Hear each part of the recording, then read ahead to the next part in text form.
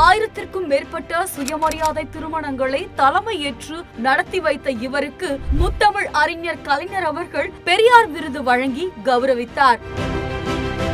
திமுக அமைச்சரவையில் உணவுத்துறை, உள்ளாட்சித்துறை, விவசாயத்துறை, வீட்டு வசதித்துறை மற்றும் கூட்டுறவுத்துறை போன்ற பல துறைகளில் திறம்பட பணியாற்றினார் நாராயணசாமி.